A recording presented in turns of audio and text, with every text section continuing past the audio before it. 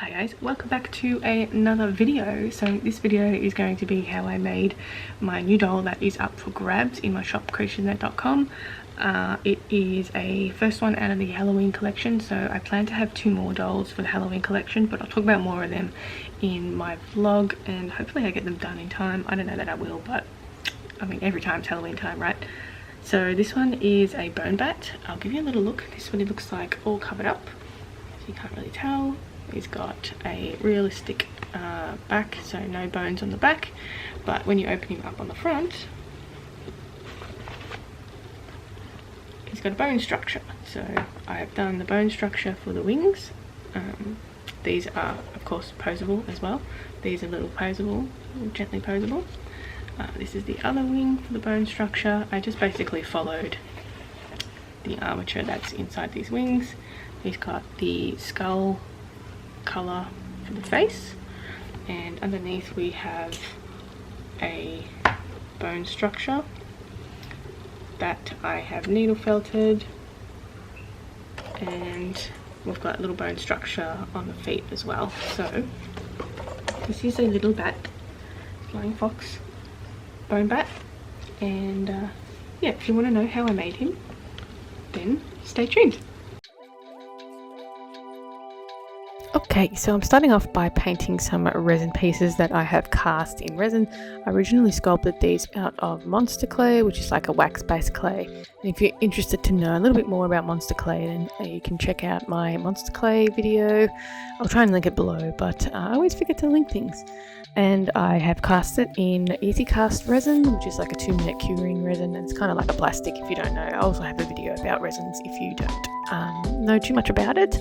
And I'm using a water-based acrylic paint to paint all my pieces, and I usually prime my pieces before I paint anything, so I use like a canvas primer to prime my resin and polymer clay, and it just sort of acts as like a tooth for the paint to stick to. I'm also painting up some claws for the bottom of the bat, and I've also cast like little nails for the top of the wings as well, so the tiny little nail things, and I'm just painting them up in the same water-based acrylic paint. It's by Derivian Matisse, and it's sort of like a browny black as opposed to like a blue black, and I just wanted that little bit of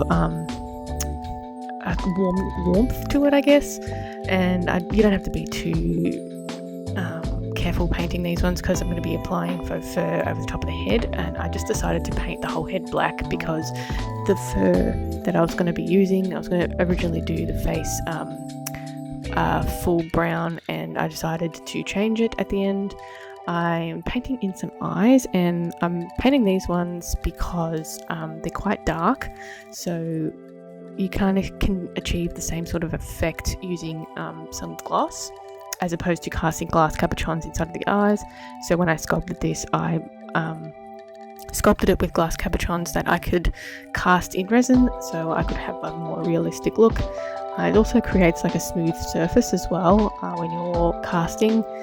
So I'm just using a brown acrylic paint. It's raw umber, I think. Could be burnt umber, but it's a nice dark brown colour. And I'm using this faux fur for this one. It's like a really thick brown faux fur, and I'm just going to be using it for the body, and the neck area I'm going to be using like a cream colour. So I'm just drawing out my patterns that I drew on some baking paper, and I only need to draw 2 sides of this one, and I will do 2 sides of the neck one as well. So I'm just cutting it out using a small pair of sharp scissors, just making sure to be cutting the backing of the faux fur and not the pile, because you end up cutting the tips off and then it looks a bit choppy. And then once these are cut out, I can sew things up on the sewing machine. So I basically sew the neck pieces together, and I can't sew the whole body together because it's quite small and I need to insert the armature. So what I'm doing is just sewing small sections of it that I can easily get to and easily flip around. So this is a little look at the fur that I'm doing, and the neck fur as well. So I'm just cutting the pieces out, and I'll be pinning them together as well, so I can send it up on the sewing machine. For the wings, I do a combination of different materials to get the fabric, and I use a wire armature inside as well. So if you want to know how I make these wings, I have a tutorial in my shop at creaturesinnet.com where you can check it out, and you can download a video on how I made these wings. So I'm just neatening everything up using some fabric scissors, and you want to be really careful when you're cutting these not to just cut the tip, because it ends up splitting the end where the tip comes together. Then I'm going to be inserting the armature, so I'm using a 1/8 scale ball and socket armature. I have some in my shop as well if you're interested in these armatures. I'm out of the tool for this size, but I do have the bigger tools. And I have attached the wings to this armature as well, and then I'm going to be sewing everything up. This is really time consuming, the sewing for these flying foxes, but I think it turns out better than gluing it. You just get more of a seamless transition from the faux fur to the fabric when it's sewn. And I use a ladder stitch to sew my pieces. I'm using a upholstery thread for this one because I need to pull it quite tight, because the faux fur and the fabric doesn't really hide the seam that well. When you're sewing two faux fur pieces together, you can hide the seam really well. So you've got to be really careful and have quite a tight stitch for this one. So yeah, get yourself some thick upholstery fur thread. Once that's done, I can start gluing the pieces together. So I'm using a tacky fabric glue to glue my faux fur to the resin, and this works really well. I usually leave it for at least a couple of hours to join together, but it's best to leave it 24 hours to really adhere together. And I've never had a problem with it coming loose. It's really hard to get off, but you can get it off if you really need to. So I'm going to leave this to dry for a little while before I start moving on to the other steps. And once these are glued, I'm going to give this a little bit of a trim around the legs because it's a bit too fluffy for this one, and the pile's a bit too long. So I'm going to give it a little trim just around the legs and a little bit on the main body, because I'm going to be putting a skeleton pattern on it. So I don't want the skeleton to get lost in the faux fur. I originally wasn't going to trim it, but as I was needle felting the pattern, I decided to just trim it a little bit because you can see a little bit better. But I'm going to be only doing the bone structure on one side of the bat, and the other side of the bat is going to be like a normal looking bat. So I'm using some needle felting wool for the main body of the skeleton, and it was just something that I've done before, but I haven't done it to this scale, so it's sort of an experiment of what this would turn out like. I'm really happy with the way it looked. So I just googled a picture of a flying fox skeleton, and I sort of copied the way that looked with like the bone structure and where the bones meet. And I'm just using a single needle felting tool and just needle felting that into the fabric. It's not too time consuming, but I think it worked really well rather than painting things on, because it can get really lost in the darker fur. So I think the needle felting really worked well together.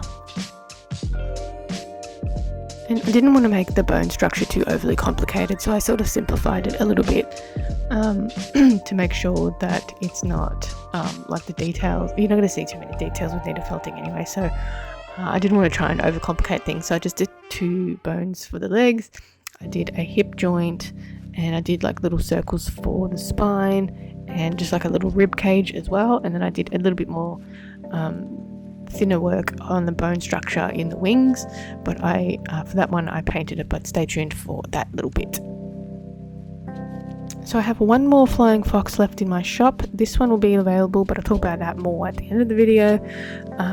And this will be available in my shop today, so check that out. I have one more flying fox. It is a brown with rust coloured neck flying fox, so I'll include that in the Halloween collection because flying foxes are pretty spooky, I guess. So that's in my shop as well. I'll try and remember to link it down below, but again, I always forget things, but it's at creaturesinnet.com.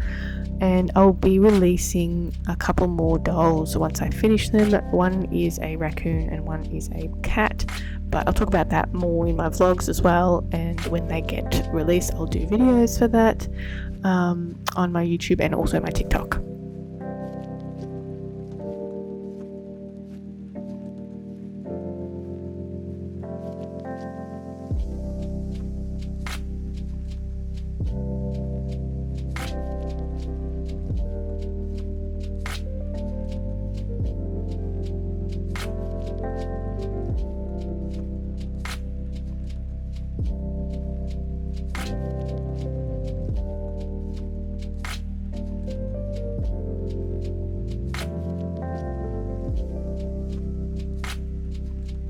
Okay, so I'm coming up to finishing the spine. I just did a little more work on the rib cage, but I didn't record it for this one just because you get the point, I guess. For the feet, I decided to go with a little bone structure on the top of the feet, and I'm just going to paint them in using some acrylic white paint and a small little brush as well. So a little time consuming again because the brushes are quite thin. I'm not great at line work, so I'm just going to take my time while doing this. And for the wings, I'm going in with that same paint. I ended up going in with a white paint marker as well, just to neaten up all the edges and just refine it a bit more with the thinner bits. But I ended up going for a thicker brush for this one and just really working the way in, just taking my time, working on the bone structure and getting that right and making sure I'm getting the joints right as well, and just trying to do a neat job.